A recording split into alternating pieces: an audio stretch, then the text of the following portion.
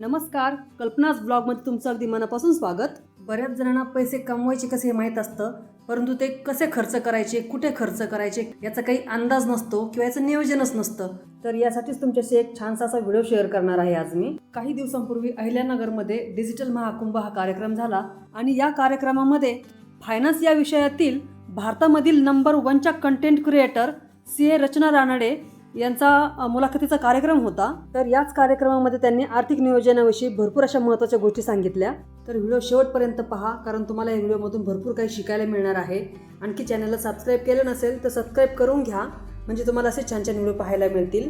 बघता बघता 2019 मध्ये सुरू झालेला युट्यूबचा प्रवास 53 लाखांचा टप्पा पार करतो. आज 87 लाखाहून अधिक लोकांची एक पॉवरफुल सोशल मीडिया फॅमिली उभी राहते.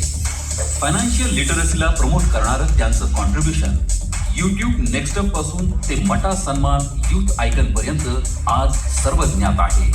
आपण मेहनत करून पैसे कमावतो, पण तो आपल्यासाठी कसं काम करतो हे शिकणं देखील महत्वाचं आहे.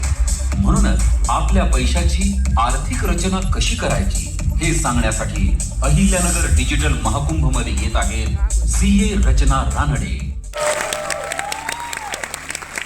येस, रचनाजी तुमच्याशी आपण बोलणार आहोत. जर आपली अरेंजमेंट इथे चेंज होणार आहे, पण आय होप की एक्साइटमेंट जितकी खाली ऑडियन्समध्ये आहे त्यापेक्षा काही पटीने जास्त तुम्हाला सुद्धा असणार आहे.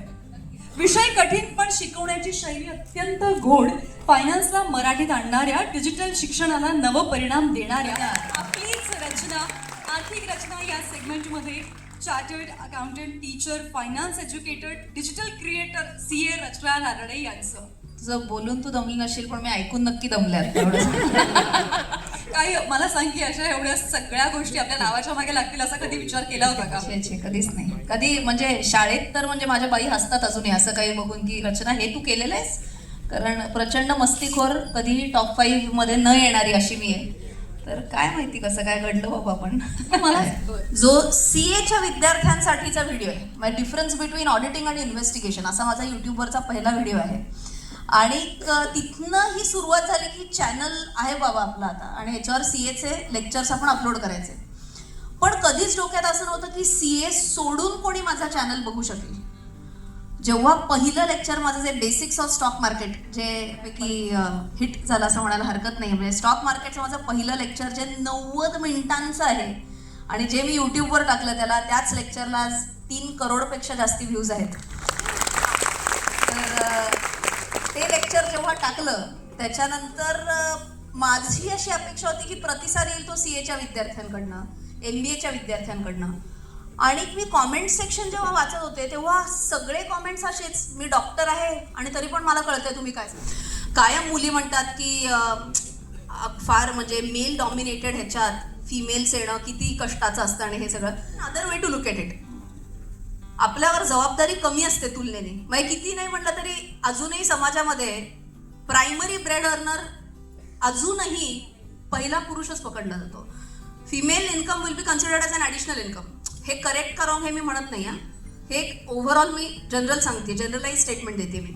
सो इनफॅक्ट माझ्याकडे ती एक अपॉर्च्युनिटी होती की मी माझं प्रोफेशनल करिअर जे चालू आहे, I was earning decent enough, ते सगळं स्टेकवरती लावून अचानक युटर्न घेऊन पूर्ण यूट्यूब करावं का, हा मी एक निर्णय घेतला.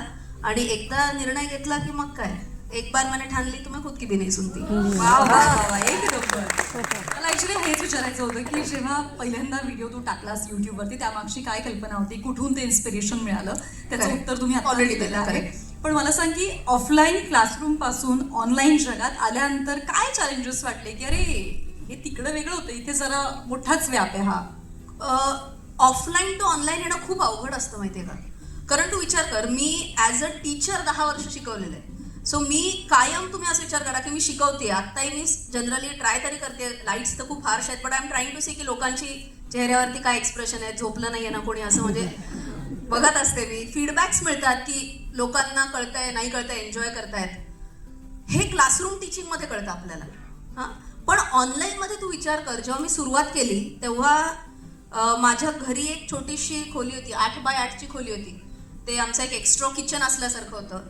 तिकडे मी शूट करायला सुरुवात केली. तो असं विचार कर की मी इथे कॅमेरा म्हणजे काय माझा मोबाईल, तो असा कशाला तरी पुस्तकांच्या ढिगाला असं लावून ठेवलेला आहे, कारण ट्रायपॉड तर घरी नव्हताच. त्याच्यामुळे कॅमेरा असा पुस्तकांना असा टेकवून ठेवलेला आहे आणि मी असं full today we are going to understand about stock market, म्हणजे फक्त खोलीत मी आणि कॅमेरा.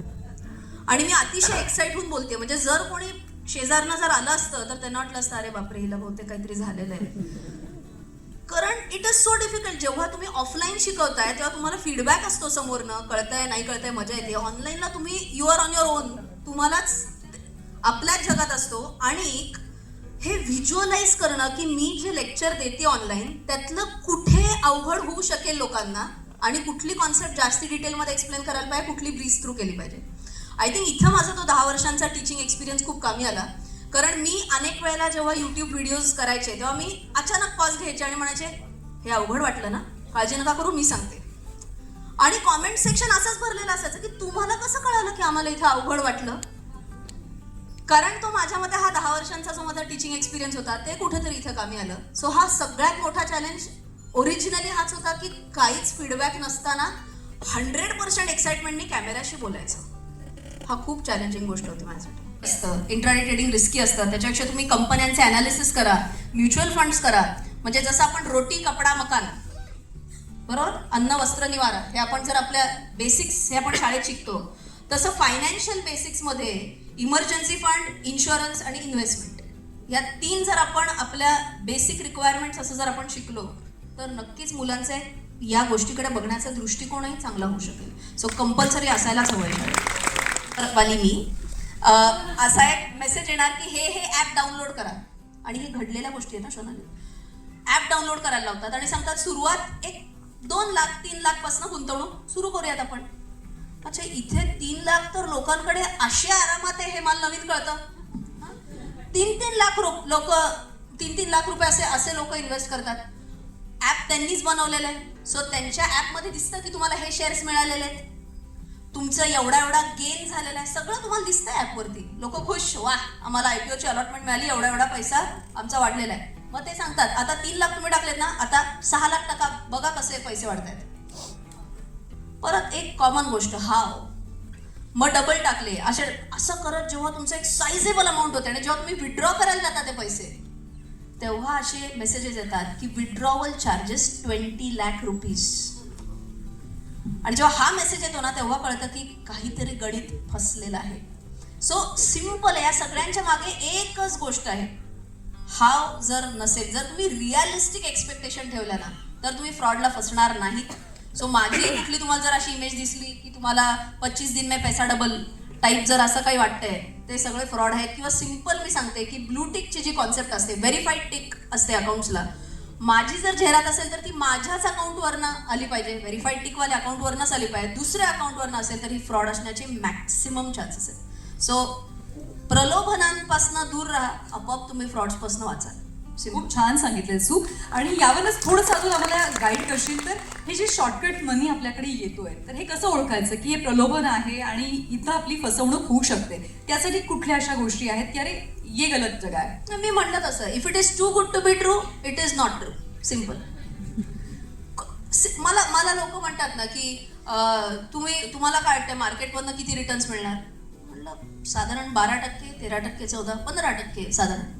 आणि एवढंच. आम्हाला तर कोणीतरी सांगितलंय की 40% आम्ही तुम्हाला रिटर्न देतो. ओके, त्याच्या पुढे ते म्हणतात, जे कोण ऑफर करतायत ते म्हणतात आम्ही तुम्हाला स्टॅम्प ड्युटीवर साईन करून देतो, 40% रिटर्न मिळणार म्हणजे मिळणार.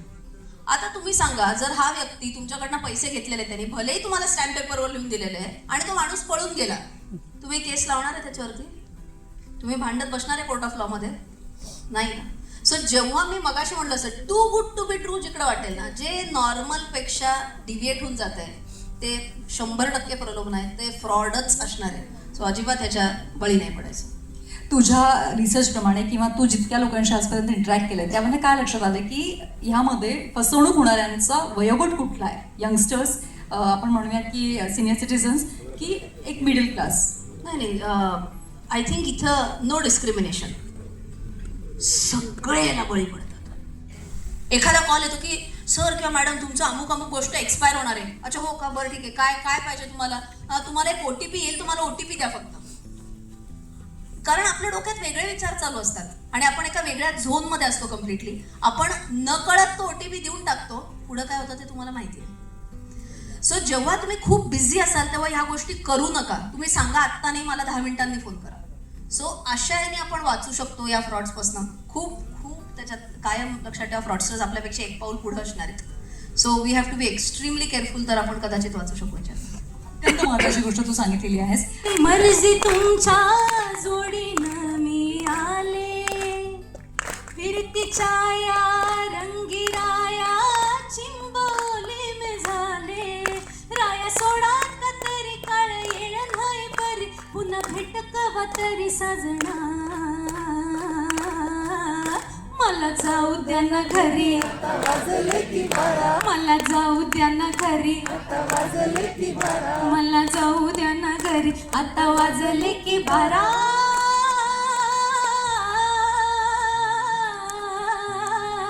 जी जी रजी दाजी. Thank you so much. थँक्यू. इथपर्यंत तुम्ही व्हिडिओ पाहिला असेल आणि व्हिडिओ जर खरंच तुम्हाला मनापासून आवडला असेल तर व्हिडिओला एक लाईक नक्की करा आणि हा व्हिडिओ तुमच्या ओळखीच्या लोकांमध्ये वेगवेगळ्या ग्रुपमध्ये जास्तीत जास्त शेअर करा, जेणेकरून या व्हिडिओचा त्यांना फायदा होईल. आजच्या व्हिडिओमुळे तुम्हाला कोणती नवीन गोष्ट समजली किंवा कोणती नवीन गोष्ट शिकायला मिळाली हे मला कमेंट करून नक्की सांगा. आणि हा व्हिडिओ तुम्ही कोणत्या शहरातून पाहता तेही मला कमेंटमध्ये सांगा, म्हणजे मला कळेल की माझे व्हिडिओ किती दूरपर्यंत पोहोचत आहेत. आणखी चॅनलला सबस्क्राईब केले नसेल तर सबस्क्राईब करून घ्या, कारण सबस्क्राईब करणं अगदी फुकट आहे. चला तर मग भेटूया अशाच एका छानशा व्हिडिओमध्ये.